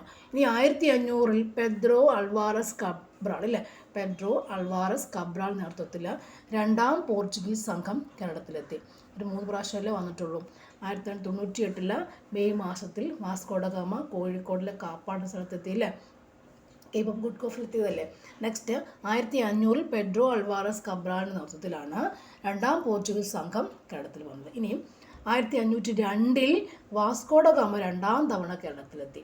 1502 രണ്ടാം തവണ വാസ്കോഡ ഗാമ വന്നു. ഇനിയും പോർച്ചുഗീസുകാർ കേരളം വിടുന്നത് വരെ കോലത്തിരിയുമായി അവർക്ക് സ്ഥിരവും തുടർച്ചയുള്ളതുമായ സൗഹൃദമാണ് ഉണ്ടായിരുന്നില്ലേ. നമ്മുടെ ഈ പോർച്ചുഗീസുകാരുടെ ഹിസ്റ്ററി മുഴുവൻ കുത്തിയിരുന്ന് പഠിച്ചിട്ട് ഇടയ്ക്ക് ഇങ്ങനെയുള്ള ഫാക്ട്സ് ചോദിക്കുമ്പോൾ നമുക്ക് എഴുതാൻ അറിയണം. അപ്പോൾ എൻ്റെ കൺസെപ്റ്റൊക്കെ നന്നായിട്ട് മനസ്സിലാക്കി വെക്കാം. കുറേ വർഷം പഠിച്ചിട്ടൊന്നും കാര്യമില്ല, അവരുടെ കഥ നന്നായി അറിഞ്ഞിട്ട് കൺസെപ്റ്റ് മനസ്സിലാക്കണം. ഓക്കെ, അപ്പോൾ ഓപ്ഷൻ ഡി ആണ് ശരി. ഓക്കെ അല്ലേ. അടുത്ത ചോദ്യം. നെക്സ്റ്റ്, കുളച്ചൽ യുദ്ധത്തിൽ മാർത്താണ്ഡവർമ്മ ഏത് യൂറോപ്യൻ ശക്തിയെയാണ് പരാജയപ്പെടുത്തിയത്? ആൻസർ ഓപ്ഷൻ സി ആണ് ഡച്ചുകാർ. നമുക്കറിയാവുന്ന കേസാണ് അല്ലേ. നെക്സ്റ്റ്, തന്നിരിക്കുന്ന പുസ്തകങ്ങളുടെയും രചയിതാക്കളുടെയും പേരുകൾ താരതമ്യം ചെയ്ത് ഉത്തരം കണ്ടെത്തുക. അവിടുത്തെ ആൻസർ ശരിക്കും എന്താണ്? ഓപ്ഷൻ എ ആണ് ആൻസർ കേട്ടോ. കൂടുതൽ ബുദ്ധിമുട്ടിക്കുന്നില്ല. എന്ന് പറയുമ്പോൾ ഹോർത്തൂസ് മലബാറിക്കസ് എന്താണ്? ആരുടെയാണത്? ഹെൻറിക് വാൻ ട്യൂഡിൻ്റെ. ഹോർത്തൂസ് മലബാറിക്കസ് ഹെൻറിക് വാൻ ട്യൂഡിൻ്റെയാണ്. ഹോർത്തൂസ് മലബാറിക്കസ് ഹെൻറിക് വാൻ ട്യൂഡിൻ്റെയാണ്. മാമാങ്കം കിളിപ്പാട്ട്. മാമാങ്കം കിളിപ്പാട്ട് ആരുടെയാണ്? കാടഞ്ചേരി നമ്പൂതിരി. മാമാങ്കം കാടഞ്ചേരി, കാട് കയറിപ്പോയി അല്ലേ? മാമാങ്കം കാടഞ്ചേരി നമ്പൂതിരി കാട് കയറിപ്പോയി. മാമാങ്കം കാട് കയറി. ഓക്കെ, പണ്ടത്തെ കാട് കയറി മാമാങ്കം ഓർത്താൽ മതി. മാമാങ്കം കിളിപ്പാട്ട് കാടഞ്ചേരി നമ്പൂതിരിയാണ് എഴുതിയേക്കുന്നത്. പെരുമാൾ തിരുമൊഴി. പെരുമാൾ തിരുമൊഴി എന്ന് പറയുമ്പോൾ എന്താണ്? കുലശേഖര ആൾവാർ അല്ലേ? എല്ലാവരും ആളിൻ്റെ പ്രസ്താവനകൾ. കുലശേഖര ആൾവാർ. പെരുമാൾ തിരുമൊഴി എന്ന് പറയുമ്പോൾ അത് കുലശേഖര ആൾവാറിൻ്റെയാണ്. കുലശേഖര ആൾവാറിൻ്റെ. ഓക്കെ, നെക്സ്റ്റ് തുഹ്ഫത്തുൽ മുജാഹിദീൻ അല്ലേ? അത് കേട്ടിട്ടുള്ള പരിചയമുണ്ട്. തുഹ്ഫത്തുൽ മുജാഹിദീൻ എന്ന് പറയുമ്പോൾ ആരുടെയാണത്? ഷെയ്ഖ് സൈനുദ്ദീൻ. ഓക്കെ, ഷെയ്ഖ് സൈനുദ്ദീൻ. അതൊക്കെ എന്താണ്? നമ്മുടെ യൂറോപ്പിൻ്റെ ആ ഒരു ആദ്യത്തെ പരിപാടിക്കകത്ത് ആദ്യ പാട്ടിൽ കിടപ്പുള്ള സംഭവങ്ങൾ ഇതല്ലേ അല്ലേ? ഫസ്റ്റ്. ഓക്കെ, അപ്പോൾ ഷെയ്ഖ് സൈനുദ്ദീൻ്റെയാണ് തുഹ്ഫത്തുൽ മുജാഹിദീൻ. LDC ചോദിച്ചിട്ടുള്ള ചോദ്യമാണത്. ഓക്കെ, അപ്പോൾ ഇതുകൊണ്ട് അപ്പോൾ ഒന്നുകൂടി ഹോർത്തൂസ് മലബാറിക്കസ് ആരുടെയാണ്? ഹെൻറിക് വാൻ ട്യൂഡിൻ്റെയാണ്. മാമാങ്കം കിളിപ്പാട്ട് ആരുടെയാണ്? കാടഞ്ചേരി നമ്പൂതിരിയുടെയാണ്. പെരുമാൾ തിരുമൊഴിയിലിൻ്റെ പരിപാടി ഇല്ലേ? കുലശേഖര ആൾവാറിൻ്റെയാണ്. തുഹ്ഫത്തുൽ മുജാഹിദീൻ എന്താണ്? ഷെയ്ഖ് സൈനുദ്ദീൻ്റെയാണ് അല്ലേ? നമുക്ക് ഇവിടുന്ന് ഇതിലെല്ലാം അറിയത്തില്ലെങ്കിലും നമുക്ക് അറിയാവുന്നത് വെച്ച് നമുക്ക് കണ്ടുപിടിക്കാൻ പറ്റും അല്ലേ? തുഹ്ഫത്തുൽ മുജാഹിദീൻ വെച്ച് വേണേൽ കണ്ടുപിടിക്കാൻ പറ്റും. ഓക്കെ, പറ്റും. D 2 ഒരെണ്ണമല്ലേ ഉള്ളൂ? അതെന്തോ D 2 ഉണ്ടല്ലേ? ഓക്കെ, നെക്സ്റ്റ് ചോദ്യം. കേരളത്തിലെ ഒന്നാമത്തെ EMS നമ്പൂതിരിപ്പാടിൻ്റെ കീഴിലുള്ള മന്ത്രിസഭയുമായി ബന്ധപ്പെട്ട ശരിയായ പ്രസ്താവന ഏതല്ല? കേരളത്തിലെ ഒന്നാമത്തെ EMS നമ്പൂതിരിപ്പാടിൻ്റെ കീഴിലുള്ള മന്ത്രിസഭയുമായി ബന്ധപ്പെട്ട് പ്രസ്താവന ശരി ഏതൊക്കെയാണെന്ന് ചോദിച്ചേക്കുന്നത്. ആൻസർ ഓപ്ഷൻ സി ആണ്. 1ഉം 3ഉം ശരിയാണ്. ഓക്കെ, EMS നമ്പൂതിരിപ്പാട് മന്ത്രിസഭ. ജോസഫ് മുണ്ടശ്ശേരിയായിരുന്നു വിദ്യാഭ്യാസ മന്ത്രി. നമുക്കറിയാവുന്ന കാര്യമാണത്. ജോസഫ് മുണ്ടശ്ശേരിയാണ് വിദ്യാഭ്യാസ മന്ത്രിയായിരുന്നത്. പിന്നെയോ KR ഗൗരിയായിരുന്നു റവന്യൂ വകുപ്പ് മന്ത്രി അല്ലേ? എന്ത് പ്രായമുണ്ടായിരുന്നു അല്ലേ? എന്ത് പ്രായമുണ്ടായിരുന്നു? KR ഗൗരിയായിരുന്നു അന്നത്തെ റവന്യൂ വകുപ്പ് മന്ത്രി. അപ്പോൾ ബാക്കിയുള്ള മന്ത്രിമാരുടെ കാര്യം കൂടെ ഒന്നാം മന്ത്രിസഭയെക്കുറിച്ച് അങ്ങ് പഠിച്ചു വെക്കണം. മനസ്സിലായില്ലേ?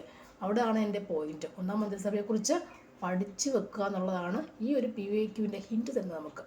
ഒന്നാം മന്ത്രിസഭയെക്കുറിച്ച് EMS നമ്പൂതിരിപ്പാട് മന്ത്രിസഭയെക്കുറിച്ച് നമ്മൾ പഠിച്ചു വെക്കണം അല്ലേ? ആരൊക്കെ?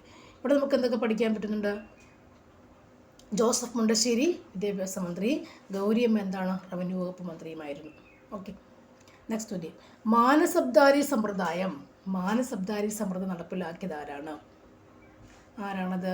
ആൻസർ അക്ബറാണ്. മാനസബ്ദാരി സമ്പ്രദായം അക്ബറാണ് നടപ്പിലാക്കിയത്. മാനസബ്ദാരി സമ്പ്രദായം അക്ബറാണ് നടപ്പിലാക്കിയത്. നെക്സ്റ്റ് ചോദ്യം. ഏത് ആക്ട് അനുസരിച്ചാണ് ഇന്ത്യയുടെ ഭരണം ഈസ്റ്റ് ഇന്ത്യ കമ്പനിയിൽ നിന്നും ബ്രിട്ടീഷ് ഏറ്റെടുത്തത്? Answer option B government of India act. Government of India act. Mansabdari സമ്പ്രദായം എപ്പോഴാണ്? അക്ബർ. മാനസബ്ദാരിയുണ്ട്, കുറേ വേറെയുണ്ട്, അറിയത്തില്ല. മാനസബ്ദാരിയുടെ ആരെയാണ്? അക്ബറിൻ്റെയാണ്. മാനസബ്ദാരി മനസ്സുകൊണ്ട് അക്ബറാണ് വന്നേക്കുന്നത് അല്ലേ? മനസ്സുകൊണ്ട് വന്നത് അക്ബർ. മാനസബ്ദാരി മനസ്സുകൊണ്ട് വന്നത് അക്ബറാണ്. നെക്സ്റ്റ്, ഏത് ആക്റ്റാണ് ഇന്ത്യയുടെ ഭരണം ഈസ്റ്റ് ഇന്ത്യ കമ്പനിയിൽ നിന്നും ബ്രിട്ടീഷ് ഏറ്റെടുത്തത്? Answer government of India act 35 അല്ലേ? ഗവൺമെൻറ് ഓഫ് ഇന്ത്യ ആക്ട് അനുസരിച്ച് ഇന്ത്യയുടെ ഭരണം ഈസ്റ്റ് ഇന്ത്യ ബ്രിട്ടീഷ്. ഓക്കെ, അടുത്തത്.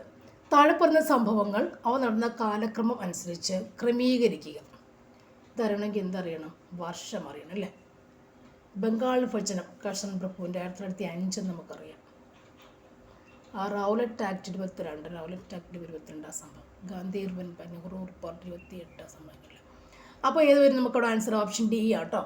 മൂന്നാമത്തത് ബംഗാൾ വിഭജനം ഇത്. നെക്സ്റ്റ് വൺ റൗലറ്റ് ആക്ട്, പിന്നീട് Nehru report, Gandhi urban act. Okay, നാലാമത്തെ ആൻസർ ഇട്ടാം. ഇതൊക്കെ വർഷം നോക്കി വെക്കൂ. നെക്സ്റ്റ് ചോദ്യം. വളരെ നല്ല ചോദ്യങ്ങൾ പ്രിലിംസിൻ്റെത്. 20 പരിപാടി കൊണ്ടുവന്നത് ആരാണ്? ആൻസർ ഓപ്ഷൻ എ ആണ് ഇന്ദിരാഗാന്ധി. 20-ന്റെ പരിപാടി ഇന്ദിരാഗാന്ധി. തന്നിരിക്കുന്ന സംഭവങ്ങളും പ്രസ്ഥാനങ്ങളെയും താരതമ്യം ചെയ്ത് ശരിയായവ കണ്ടെത്തുക. നോക്കട്ടെ, ശരിയായവ തന്നെയാണെന്ന്. ശരിയായ ഉത്തരം തിരഞ്ഞെടുത്തെഴുതുക. ശരിയായവ കണ്ടെത്തുക. സ്റ്റാമ്പ് നിയമം, ടെന്നീസ് കോർട്ട് പ്രതിജ്ഞ, ബിൽ ഓഫ് റൈറ്റ്സ്, ബ്രസ്റ്റ് ലിറ്റോവസ് ഉടമ്പടി, അല്ലേ? ഇതെല്ലാം വെച്ചിട്ട് പഠിക്കണം. ഏതൊക്കെയാണ്? ഇതൊക്കെ വല്ല പരിചയം കിട്ടുന്നുണ്ടോ? ആൻസർ ഓപ്ഷൻ ഡി ആണ്. ഓക്കെ. സ്റ്റാമ്പ് നിയമം എന്ന് പറയുമ്പോൾ എന്താണ്? സ്റ്റാമ്പ് നിയമം വരുന്നത് അമേരിക്ക വിപ്ലവത്തിലാണ് സ്റ്റാമ്പ് നിയമം വന്നേക്കുന്നത്. ടെന്നീസ് കോർട്ട് എന്ന് പറയുമ്പോൾ ഇവിടെ വരും ടെന്നീസ് കളിക്കുന്നവരാണ് ഫ്രഞ്ച് ആണോ? ഫ്രഞ്ചുകാരല്ലേ? ഓക്കെ. ടെന്നീസ് കളിക്കുന്നത് ഫ്രഞ്ചുകാരാണ്. ഓക്കെ, ടെന്നീസ് കളിക്കുന്നത് ഫ്രഞ്ചുകാരാണ്. ഫ്രഞ്ച് താടി വെച്ചിട്ട് ടെന്നീസ് കളിച്ചു, അത്രയും ഓർത്താൽ മതി. ബിൽ ഓഫ് റൈറ്റ്സ് ആരുടെയാണ്? ബിൽ ഓഫ് റൈറ്റ്സ് എന്ന് പറയുമ്പോൾ നമുക്ക് ഓർത്തിരിക്കാൻ പറ്റും എപ്പോഴല്ലേ? ബിൽ ഓഫ് റൈറ്റ്സ് ആദ്യം വരുന്ന സംഭവം ഏതാണ്? ഇംഗ്ലണ്ടിൻ്റെ മഹത്തായ വിപ്ലവം. ബിൽ ഓഫ് റൈറ്റ്സ് ഇംഗ്ലണ്ടിൻ്റെ മഹത്തായ വിപ്ലവം. ഓക്കെ അല്ലേ? അടുത്തത് എന്താണ്? ബ്രസ്റ്റ് ലിറ്റോവസ് ഉടമ്പടി, അല്ലേ? അതെന്താണ്? അത് റഷ്യൻ വിപ്ലവം. ആ ഉടമ്പടിയെക്കുറിച്ച് അറിയാമല്ലോ. അപ്പോൾ സ്റ്റാമ്പ് നിയമം അമേരിക്കൻ വിപ്ലവമാണ്. ടെന്നീസ് കോർട്ട് ഫ്രഞ്ചുകാരുടെയാണ്. ബിൽ ഓഫ് റൈറ്റ്സ് ഇംഗ്ലണ്ടിൻ്റെ മഹത്തായ വിപ്ലവം. ബിൽ ഓഫ് റൈറ്റ്സ്, ഇല്ല ഓർക്കുന്നില്ല, ജോർജിന് അവരുടെയൊക്കെ സംഭവങ്ങൾ. നെക്സ്റ്റ് ബ്രസ്റ്റ് ലിറ്റോവസ് ഉടമ്പടി എന്ന് പറയുമ്പോൾ റഷ്യൻ വിപ്ലവം. ഓക്കെ. നെക്സ്റ്റ് വരുന്നത് താഴെപ്പറയുന്ന നേതാക്കളെ അറ്റ്ലാന്റിക് ചാർട്ടറിൽ ഒപ്പുവെച്ചവർ ആരല്ല? Atlantic charter. അപ്പോൾ അറ്റ്ലാന്റിക് ചാർട്ടറിൽ ഒപ്പുവെച്ചവർ ആരൊക്കെയാണ്? ഫ്രാങ്ക്ലിൻ ഡി റൂസ്വെൽറ്റും ആൻഡ് വിൻസ്റ്റൺ ചർച്ചിൽ, അല്ലേ? ഫ്രാങ്ക്ലിൻ ഡി റൂസ്വെൽറ്റും വിൻസ്റ്റൺ ചർച്ചിലുമാണ് അറ്റ്ലാന്റിക് ചാർട്ടറിൽ ഒപ്പുവെച്ചത്. ഓർമ്മയുണ്ടല്ലോ, ഫ്രാങ്ക്ലിൻ ഡി റൂസ്വെൽറ്റ് അതുപോലെ വിൻസ്റ്റൺ ചർച്ചിലുമാണ് ഒപ്പുവെച്ചത്. അടുത്ത ക്വസ്റ്റ്യൻ, താഴെ പറയുന്നവരിൽ ഏതാണ് പ്രധാനമായും ഡെൽറ്റ രൂപപ്പെടുത്തുക? ഡെൽറ്റ ഉണ്ടാക്കപ്പെടുന്നത് എങ്ങനെയാണ്? എന്ത് വഴിയാണ് ഡെൽറ്റകൾ ഉണ്ടാകപ്പെടുന്നത്, അല്ലേ? ആൻസർ ശരിക്കും എന്താണ്? ആൻസർ ഓപ്ഷൻ സി ആണ്. നദികളുടെ നിക്ഷേപം കൊണ്ടാണ് ഡെൽറ്റകൾ, അല്ലേ, ഉണ്ടാവുക. നദികളുടെ നിക്ഷേപം മൂലമാണ് ഡെൽറ്റകൾ ഉണ്ടാകുന്നത്. ഓക്കെ അല്ലേ? ഒരു ടോപ്പോഗ്രാഫിക് മാപ്പിലെ കോണ്ടൂർ ഇടവേള എന്തിനെ പ്രതിനിധീകരിക്കുന്നു? കോണ്ടൂർ. ആൻസർ ഓപ്ഷൻ ബി ആണ്. തുടർച്ചയായ കോണ്ടൂർ രേഖകൾക്കിടയിലുള്ള ഉയരത്തിലെ ലംബ വ്യത്യാസം. തുടർച്ചയായ കോണ്ടൂർ രേഖകൾക്കിടയിലുള്ള ഉയരത്തിൽ ലംബ വ്യത്യാസം, അല്ലേ? തിരിച്ച് കോണ്ടൂർ തന്നെ നോക്കി എഴുതാൻ പറ്റും. 2 കോണ്ടൂർ കിടപ്പുണ്ട് കേട്ടോ ഇവിടെ, അപ്പോൾ എഴുതാൻ പറ്റില്ല. ഇവിടെ എന്താണ്? ഉയരത്തിലെ ലംബ വ്യത്യാസം. ഉയരത്തിലെ ഉയരം, അല്ലേ? ഉയർന്ന പ്രദേശങ്ങൾ തമ്മിലുള്ള സംഭവമാണെന്ത്? കോണ്ടൂർ രേഖ, അല്ലേ? ഉയർന്ന പ്രദേശങ്ങൾ തമ്മിലുള്ള സംഭവമാണെന്ത്? കോണ്ടൂർ രേഖ. അപ്പം ഉയരത്തിൽ ലംബ വ്യത്യാസമാണിത്. ഇടവേള എന്താണ്? ഉയരത്തിലെ ലംബ വ്യത്യാസം. ഉയരത്തിലെ ലംബ വ്യത്യാസം. ഓക്കെ അല്ലേ? നെക്സ്റ്റ്, ഇന്ത്യയിലെ ഏത് പ്രദേശത്താണ് ഉഷ്ണമേഖലാ മുള്ളുവനങ്ങൾ കൂടുതലായി കാണപ്പെടുന്നത്, അല്ലേ? ഉഷ്ണമേഖലാ മുള്ളുവനങ്ങൾ എവിടെയാണ് കാണുക? Answer option C, Rajasthan, Gujarat, Haryana എന്നിവിടങ്ങളിലെ അർദ്ധ വരണ്ട പ്രദേശങ്ങളിൽ. മുള്ള് വനങ്ങളാണ്, അല്ലേ? മുള്ള് മാത്രമേ ഉള്ളൂ അവിടെ. കൂർത്ത് ഇരിക്കുന്ന സംഭവങ്ങൾ ഓർത്ത് വെച്ചാൽ മതി. അപ്പോൾ രാജസ്ഥാനിലുണ്ട്, ഗുജറാത്തിൽ, ഹരിയാന. രാജസ്ഥാനിലും ഗുജറാത്തിലും ഹരിയാനയിലുമാണ് ഉഷ്ണമേഖലാ മുള്ളുവനങ്ങൾ. ഓക്കെ അല്ലേ? നെക്സ്റ്റ് ചോദ്യം, കേരളത്തിലെ സൈലൻറ്റ് വാലി ദേശീയോദ്യാനം ഏതു തരം ആവാസ വ്യവസ്ഥയെ സംരക്ഷിക്കപ്പെടുന്നതിന് പേരുകെട്ടതാണ്? Silent Valley. ആൻസർ ശരിക്കും എന്താണ്? ആൻസർ ഓപ്ഷൻ ബി ആണ്, അല്ലേ? ഉഷ്ണമേഖലാ മഴക്കാട്, അല്ലേ? നമുക്ക് നല്ല LDC ഒക്കെ എഴുതുമ്പോൾ എന്താണ് ബാക്കിയൊക്കെ എഴുതാറുണ്ട്. ഇവിടെ എന്താണ്? സൈലൻറ്റ് വാലി ദേശീയോദ്യാനം ഏതു തരം വനം ആവാസ വ്യവസ്ഥയാണ്? ഏതാണ് അവിടെ? ഉഷ്ണമേഖലാ മഴക്കാടുകൾ. ഉഷ്ണമേഖലാ മഴക്കാടുകൾ. പശ്ചിമഘട്ടത്തിലെ പാലക്കാട് ചുരം ഏതൊക്കെ 2 പർവ്വതനിരകളെയാണ് വേർതിരിക്കുന്നത്? ആൻസർ ഓപ്ഷൻ എ ആണ്, നീലഗിരി മലനിരകളും നെല്ലിയാമ്പതി മലനിരകളും. നീലഗിരി മലനിരകളും നെല്ലിയാമ്പതി മലനിരകളുമാണ് പശ്ചിമഘട്ടത്തിലെ പാലക്കാട് ചുരം വേർതിരിക്കുന്നത്. നീലഗിരി മലനിരകളും നെല്ലിയാമ്പതി. ഓക്കെ. അടുത്ത ചോദ്യം വളരെ നല്ല സ്മാർട്ട് ചോദ്യങ്ങൾ, അല്ലേ? വരുമാന വിതരണത്തിൽ പുരോഗതിയില്ലാതെ പ്രതിശീർഷ വരുമാനത്തിൽ വർധനവ് സൂചിപ്പിക്കുന്നത്? വരുമാന വിതരണത്തിൽ പുരോഗതിയില്ലാതെ പ്രതിശീർഷ വരുമാനത്തിൽ വർധനവ്.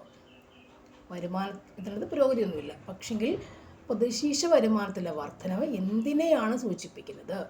ആൻസർ എന്താണ്? വരുമാന അസമത്വം വർദ്ധിക്കുന്നു. അപ്പോഴവിടെ വരുമാനത്തിൻ്റെ അസമത്വമാണ് അവിടെ വർദ്ധിക്കുന്നത്. നെക്സ്റ്റ്, ക്യാഷ് റിസർവ് അനുപാതം CRR, ക്യാഷ് റിസർവ് അനുപാതം കുറയ്ക്കാനുള്ള RBIയുടെ തീരുമാനം പ്രധാനമായും ലക്ഷ്യമിടുന്നത് എന്താണ്? ക്യാഷ് റിസർവ് അനുപാതം, അല്ലേ? ക്യാഷ് റിസർവ് ചെയ്ത് വെക്കുക, അത് കുറയ്ക്കാനുള്ള RBIയിലെ തീരുമാനം പ്രധാനമായി ലക്ഷ്യമിടുന്നത് എന്തിനെയാണ്? ആൻസർ ദ്രവത വർദ്ധിപ്പിക്കലാണ്. ദ്രവത ലിക്വിഡിറ്റി, ദ്രവത വർദ്ധിപ്പിക്കൽ, അല്ലേ? അങ്ങനെയല്ലേ മലയാളം? ദ്രവത മീൻസ് ലിക്വിഡിറ്റി എന്ന് എനിക്ക് തോന്നുന്നു. ലിക്വിഡിറ്റി വർദ്ധിപ്പിക്കൽ, പണമൊഴുക്ക് വർദ്ധിപ്പിക്കൽ. നെക്സ്റ്റ്, GDPയിലും ധനക്കമ്മിയിലും ഒരേ സമയം ഉണ്ടാകുന്ന വർധനവ് എന്താണ്? GDPയിലും ധനക്കമ്മിയിലും ഒരേ സമയം ഉണ്ടാകുന്ന വർധനവ് എന്തിനെയാണ് സൂചിപ്പിക്കുക? സർക്കാർ ചെലവ് കുറയ്ക്കുന്നു, സർക്കാർ വിപുലീകരണ ധനനയം പിന്തുടരുന്നു, സ്വകാര്യ മേഖലാ ചുരുങ്ങൽ, പണലഭ്യത കർശനമാക്കൽ. GDPയും ധനക്കമ്മിയിലും ഒരേ സമയം വർധനവ് ഉണ്ടായാൽ എന്ത് സംഭവിക്കുന്നു? എന്താണ് ആൻസർ?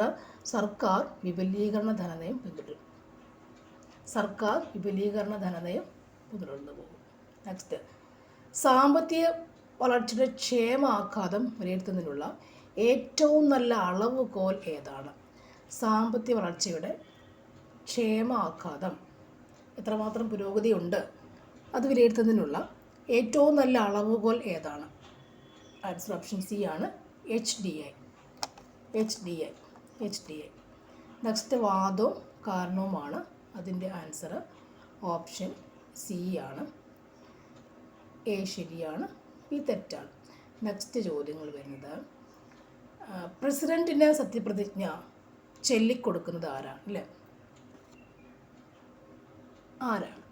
ശരിക്കും ആരാണ്? ആൻസർ ഓപ്ഷൻ C ആണ്, ചീഫ് ജസ്റ്റിസ് ഓഫ് ഇന്ത്യ, അല്ലേ? അല്ലെങ്കിലോ സുപ്രീം കോടതിയിൽ ഏതെങ്കിലും മുതിർന്ന ജഡ്ജിയും ആകാം. Chief justice of India. Next, ലോക്പാലിൻ്റെ അധ്യക്ഷൻ ആരാണ്?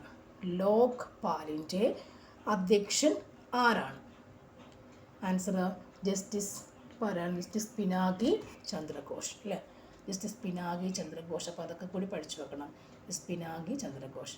നെക്സ്റ്റ്, ഇന്ത്യയിൽ വിവരാവകാശ നിയമം പാസ്സാക്കിയ വർഷം ഏതാണ്? അറിയാമല്ലോ, 2005. അപ്പോൾ ഇനിയുള്ളത് 5ാമത്തെ ക്വസ്റ്റ്യന്, പഞ്ചായത്ത് പിരിച്ചുവിട്ടാൽ ഏത് നിശ്ചയ സമയത്തിനുള്ളിൽ തിരഞ്ഞെടുപ്പ് നടത്തേണ്ടതാണ്? അല്ലേ? ഒരു പഞ്ചായത്ത് കൊണ്ട് പിരിച്ചു വിട്ടാൽ എപ്പോൾ നമുക്ക് എടുക്കണം, അല്ലേ? മറ്റേ പ്രസിഡന്റിൻ്റെ സംഭവങ്ങളൊക്കെ പറയുമ്പോൾ 6 മാസമല്ലേ പറയും. ഇവിടെ പഞ്ചായത്തിൻ്റെ സംഭവം വന്ന് എത്ര എടുക്കേണ്ടി വരും? ആൻസർ 6 മാസം. ഓക്കെ, 6 മാസം. നെക്സ്റ്റ് വൺ, താഴെ പറയുന്നവയിൽ ഏതാണ് ഇന്ത്യൻ ഭരണഘടനയുടെ മൗലിക കടമകളിൽ ഉൾപ്പെടാത്തത്? ആൻസർ ഓപ്ഷൻ D ആണ്, 4ാമത്തെ മാത്രമാണ് ഉൾപ്പെടാത്തത്. നെക്സ്റ്റ്, ഇന്ത്യൻ ഭരണഘടനയുടെ ഏത് ഭാഗത്താണ് ഭേദഗതി വരുത്തുന്നതിനുള്ള നടപടിക്രമം നൽകിയിരിക്കുന്നത്? ഭേദഗതി ആവാം എന്ന് പറഞ്ഞാൽ എവിടെയാണ്? ആൻസർ ഭാഗം 20 ആണ്. ഭേദഗതി ആവാം ഭാഗം 20-ലാണ്. ഏത് ഭരണഘടനാ ഭേദഗതിയിലൂടെയാണ് ഇന്ത്യൻ ഭരണഘടനയിൽ കൂറുമാറ്റ വിരുദ്ധ വ്യവസ്ഥ അവതരിപ്പിച്ചത്? ആൻസർ 52-ാം ഭേദഗതി. താഴെപ്പറയുന്ന ഏത് സുപ്രധാന വിധിന്യായത്തിലാണ് പാർലമെൻറ്റിന് മൗലിക അവകാശങ്ങൾ ഭേദഗതി ചെയ്യുവാൻ കഴിയില്ലെന്ന് സുപ്രീം കോടതി വിധിച്ചത്? ആൻസർ ഓപ്ഷൻ A ആണ്. മനസ്സിലായോ? ഗോലക്നാഥും മറ്റുള്ളവരും വേഴ്സസ് പഞ്ചാബ് സംസ്ഥാനം 1967. പാർലമെൻറ്റിന് മൗലിക അവകാശങ്ങൾ ഭേദഗതി ചെയ്യാൻ കഴിയില്ല എന്ന് പറഞ്ഞത് ഈ വിധിയാണ്. ഗോലക്നാഥും മറ്റുള്ളവരും വേഴ്സസ് പഞ്ചാബ് സംസ്ഥാനം 1967 ആണ്. നെക്സ്റ്റ് വൺ, 73-ാം ഭേദഗതി നിയമപ്രകാരം ഇന്ത്യൻ ഭരണഘടനയുടെ ഏത് ആർട്ടിക്കിളിൽ നിന്നാണ് ഉരുത്തിരിഞ്ഞു വന്നത്? എവിടെ നിന്നാണ് അത് വന്നേക്കുന്നത്? ആൻസർ എവിടെ നിന്നാണ് വന്നേക്കുന്നത്? ഓപ്ഷൻ B ആണ്, ആർട്ടിക്കിൾ 40 ആണ്. 73-ാം ഭേദഗതി നിയമം ഇന്ത്യൻ ഭരണഘടനയുടെ ആർട്ടിക്കിൾ 40 നിന്നുമാണ് ഉണ്ടായി വന്നത്. നെക്സ്റ്റ് ചോദ്യം, ഗദ്യത്തിൽ രചിക്കപ്പെട്ട മലയാളത്തിലെ ആദ്യത്തെ യാത്രാ വിവരണം എന്നറിയപ്പെടുന്ന കൃതി ഏത് കൃതിയാണ്? ഏത് കൃതിയാണ്? ആൻസർ ഓപ്ഷൻ എ ആണ്, വർത്തമാന പുസ്തകം. ഗദ്യത്തിൽ രചിക്കപ്പെട്ട മലയാളത്തിലെ ആദ്യത്തെ യാത്രാ വിവരണം, അത് വർത്തമാന പുസ്തകം. നെക്സ്റ്റ് വൺ, ദ്വിതീയാക്ഷരപ്രാസം നിശേഷം ഉപേക്ഷിച്ചുകൊണ്ട് 1995 AR രാജരാജവർമ്മ പ്രസിദ്ധീകരിച്ച പരിഭാഷാ കൃതി ഏതാണ്? ആൻസർ ഓപ്ഷൻ ഡി ആണ്, മേഘദൂതം. നെക്സ്റ്റ് വൺ, കേരളത്തിൽ കണ്ടുകിട്ടിയതിൽ വെച്ച് ഏറ്റവും വലിയ ചുമർചിത്രം കൃഷ്ണപുരം കൊട്ടാരത്തിലാണ്. ഈ ചുമർചിത്രത്തിലെ വിഷയം ഏതായിരുന്നു? ആൻസറോ ഗജേന്ദ്രമോക്ഷം. ഗജേന്ദ്രമോക്ഷം. കേരള കലാമണ്ഡലത്തിൻ്റെ സ്ഥാപനത്തിന് മുൻകൈയെടുത്ത മലയാള കവി, കേരള കലാമണ്ഡലം സ്ഥാപിക്കാൻ മുൻകൈയെടുത്ത മലയാള കവി ആരാണ്? ആൻസർ വള്ളത്തോളാണ് അല്ലേ? വള്ളത്തോളാണ് ആ മലയാള കവി എന്ന് പറയുന്നത്. നെക്സ്റ്റ് ചോദ്യം കൂടി, എഴുത്തുകാരുടെയും കൃതികളുടെയും അടിസ്ഥാനത്തിൽ ചേരുംപടി ചേർക്കുക. ഇവിടുത്തെ ആൻസർ ഞാൻ പറയാം, ഓപ്ഷൻ ബി ആണ് ആൻസർ. അതായത് എഴുത്തുകാർ നമുക്കറിയാം, ഓടക്കുഴൽ എന്ന് പറയുമ്പോൾ ജി ശങ്കരക്കുറുപ്പ് അല്ലേ, അറിയാവുന്നതാണിത്. ശങ്കരക്കുറുപ്പിൻ്റെയാണ്. രണ്ടാമൂഴം ആരുടെയാണ്? M D. ഇതൊക്കെ റിപ്പീറ്റ് ചോദിക്കുന്നുണ്ട്. രണ്ടാമൂഴം ആരുടെയാണ്? എം ഡി വാസുദേവൻ നായരുടെയാണ്. അതുപോലെ ഒരു ദേശത്തിൻ്റെ കഥ ആരുടെയാണ്? നമുക്കറിയാവുന്നതാണ്. ഒരു ദേശത്തിൻ്റെ കഥ, അത് ആരുടെയാണ്? ഒ.വി. വിജയൻ. ഓക്കെ, ഒരു മിനിറ്റ്. ഓക്കെ. നെക്സ്റ്റ്, കയർ ആരുടെയാണ്? കയർ എന്ന് പറയുമ്പോൾ നമുക്ക് തകഴിയെന്നറിയാമല്ലോ, തകഴിയുടെ. ഓടക്കുഴൽ ജി ശങ്കരക്കുറുപ്പിൻ്റെ നമുക്കറിയാം അല്ലേ, അത്. Randamoozham M D Vasudevan Nair. ഒരു ദേശത്തിൻ്റെ കഥയാണെന്ത്? ഒ.വി. വിജയൻ്റെത്. കയർ തകഴിയുടെയാണ്. രണ്ടെണ്ണം ഒക്കെ അറിയാമെങ്കിൽ നമുക്ക് അത് വെച്ച് ഓപ്ഷൻ വെച്ച് കണ്ടുപിടിക്കാൻ ശ്രമിക്കണം. ഓക്കെ. 1947 ജൂൺ മാസത്തിലാണ് മലയാളത്തിലെ ആദ്യത്തെ പത്രം പിറവിയെടുത്തത്. പത്രത്തിൻ്റെ പേരെന്താണ്? 1847 ജൂൺ മാസത്തിൽ മലയാള പത്രം പിറവിയെടുത്തു. ആ പത്രത്തിൻ്റെ പേരെന്താണ്? അതാണ് രാജ്യസമാചാരം. ഓക്കെ. അപ്പോൾ 1847 രാജ്യസമാചാരം പിറവിയെടുത്തില്ലേ? 1847, 57 യുദ്ധമല്ലേ, 47 ഈ പത്രം വന്നു, രാജ്യസമാചാരം കേട്ടോ. 47 വന്നു, 57 ഓർക്കണം, Rajyasamacharam. So connect it. Next one, കേരളത്തിൽ അവതരിക്കപ്പെട്ട ആദ്യത്തെ ചവിട്ട് നാടകം എന്നറിയപ്പെടുന്ന ചവിട്ട് നാടകം ഏതാണ്? അത് ശരി, ആൻസർ ഓപ്ഷൻ സി ആണ്, കാറൽ മാൻസ് ചരിത്രമാണ് അല്ലേ? കാറൽ മാൻസ് ചരിത്രം. ഓക്കെ. നെക്സ്റ്റ് ചോദ്യം, ബോഗി എന്ന പദം ഏത് കായിക ഇനമാണ് ഉപയോഗിക്കുന്നത്? Answer golf. ടോക്കിയോ 2020 ഒളിമ്പിക്സിൽ ഇന്ത്യൻ പുരുഷ ഹോക്കി ടീമിൻ്റെ പരിശീലകൻ ആരായിരുന്നു? Answer option B, Abraham Reid. 2028 summer Olympics ഏത് നഗരം ആതിഥേയത്വം വഹിക്കുന്നു? Summer Olympics. Answer Los Angeles. വേണമെങ്കിൽ വീണ്ടും ചോദിക്കാം അല്ലേ. 28 സമ്മർ ഒളിമ്പിക്സ് ആതിഥേയത്വം വഹിക്കുന്ന ആരാണ്? Los Angeles. നെക്സ്റ്റ്, അപ്പോൾ ഇതിൻ്റെ ബാക്കി English question, Malayalam questions 20 questions ഉണ്ട്. അതും അതിൻ്റെ കൂടെയുള്ള അതിൻ്റെ കൂടി ഒന്നിച്ചൊരു വീഡിയോ ആക്കി തൊട്ട് പറയിടുന്നതായിരിക്കും. കാണാൻ ശ്രമിക്കുക. Thank you for watching. See you again. Lengthy video.